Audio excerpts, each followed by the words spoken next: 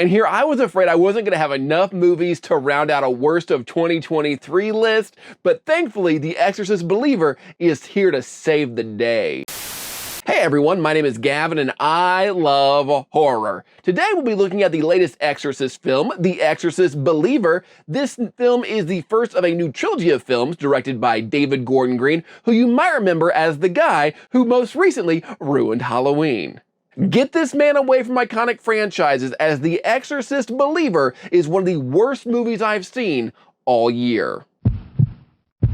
First off, would greatly appreciate if you leave a like for this video and subscribe to the channel. It all helps me out a ton. Maybe tell a friend about the channel. That'd be neat. And as per usual, here's your spoiler warning, as I'll be spoiling a lot of The Exorcist Believer. I'll get to what I think the worst part of this movie is in a bit, but first let's go over the plot. The Exorcist Believer follows the story of two girls, Angela and Catherine, who go into the woods for a seance. They end up getting possessed by a demon. They go missing for a few days. Their parents freak out, and then the parents find them, and now they are possessed. They have to figure out how do we get this demon out of our girls? What do we do? Seems like a pretty straightforward and easy to follow plot, but The Exorcist Believer does its best to make this plot confusing, uninspired, and just really, really dumb. The original Exorcist is an iconic masterpiece of horror. It's been scaring audiences for over 50 years. Scenes in The Exorcist are people quote them as some of the scariest scenes ever put on film. It's a legit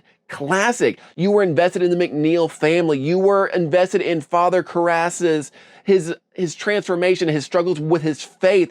Does he want to be an exorcist? You watch this girl in Reagan slowly get turned into the demon Pazuzu, slowly getting more and more possessed, and you felt for her because she was just a little girl who didn't deserve any of this. It's a great film. It's a film. The Exorcist Believer decides to follow up that classic masterpiece by deciding the best way to up the ante is to have two demons. Yeah, we're gonna have two demons possess two girls who we really aren't that invested in or really get to know all that well. And then we're gonna not spend any time with the Exorcist characters in an Exorcist movie. You know, the people that should be getting the demons out of the little girls. So we're not invested in the demons or the pastor characters or the little girls. What you get is a pretty basic and pretty bad simple possession movie. The Exorcist gave us iconic quotes, gave us Reagan's head spinning, and that scene where she vomits up pea soup.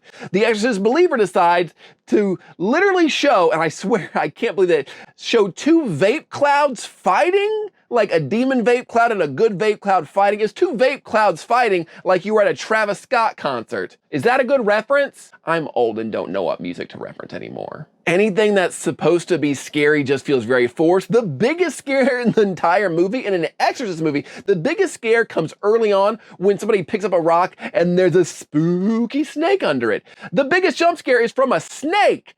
A snake! Oh, and that body in the blood scene from the trailer. Yeah, it's scary the first time, but then she just keeps repeating it. The body in the blood, the body in the blood, the body in the blood. And after a while you hear the body in the blood, all you hear is There's also this really weird scene after the girls have both been institutionalized for being possessed and having mental illness, what they think or whatever.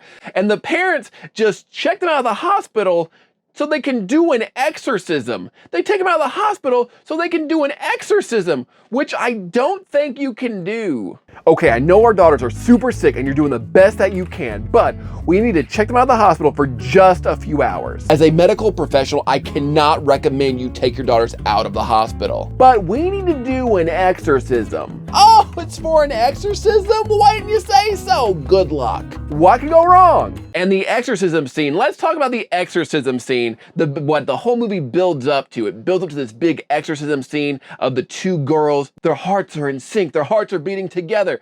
So the exorcist scene is hilarious because throughout the entire movie, you've been meeting different pastors, a priest, a priestess, and then suddenly they're all getting together, as my friend Nate called the Exorcist Avengers. And then they all just start yelling at each other and like saying their own types of prayers. It's like this SNL skit they did a few years ago with The Rock, where they're all rappers and they're rapping at the same time. It's like, you've got the Lord's Prayer, you've got this person going off on their own, you've got somebody freestyling. It's too much, it's too wacky. And then after everybody like freestyles and does their own exorcism thing and it doesn't work, then we have the Catholic priest show up at the last second and he's like, yo, what up, Catholics?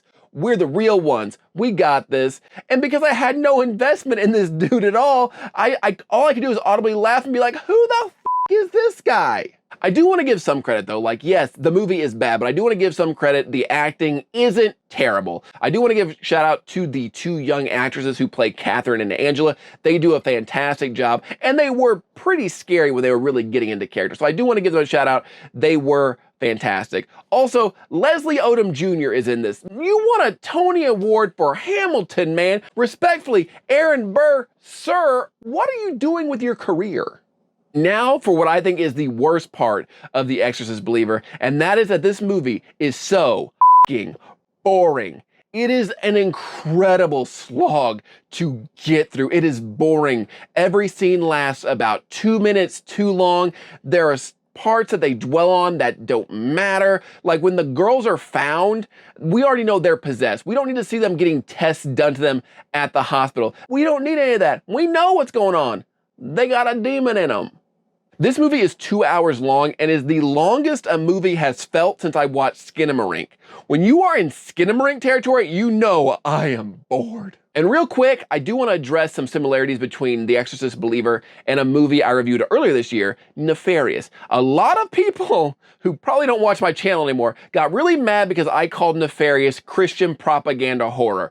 And they were like, well, Gavin, what about The Exorcist or anything ever with demons or whatever, blah, blah, blah. And I still stand by that Nefarious is Christian propaganda horror. It is. It has a message of Christianity it wants to convey. It wants to convert you. But if you wanted to call The Exorcist Believer Christian horror propaganda, it comes pretty close at times. Like there's certain scenes in this where I'm like, does this want me to go to church? Do I need to light a candle or something?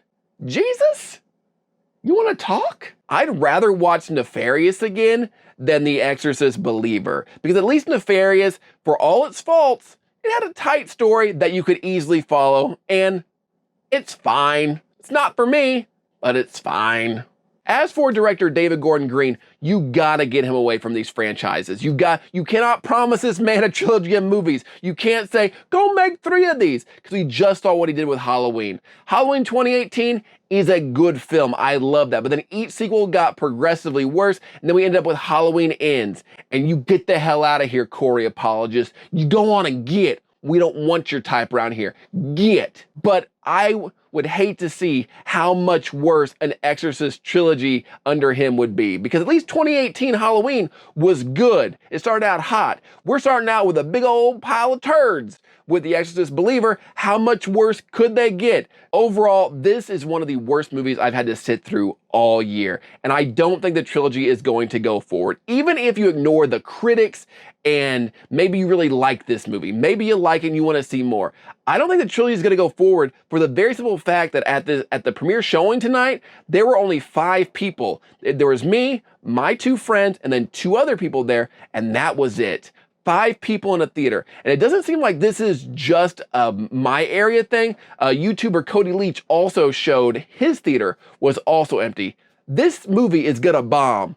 And it's gonna bomb hard, y'all. I cannot recommend seeing The Exorcist Believer in theaters. I cannot recommend seeing it at home, which is why I give The Exorcist Believer a 1 out of 5. But what did you think? Did you enjoy the film? Are you a big fan? Am I taking it too seriously? Let me know in the comments below what you thought of The Exorcist Believer, and let's talk about it. What is your favorite Exorcist film, and what would you like to see if the trilogy does continue? Let's talk about it in the comments. As always, please leave a like for this video and subscribe to the channel. I greatly appreciate it, and until next time, stay weird.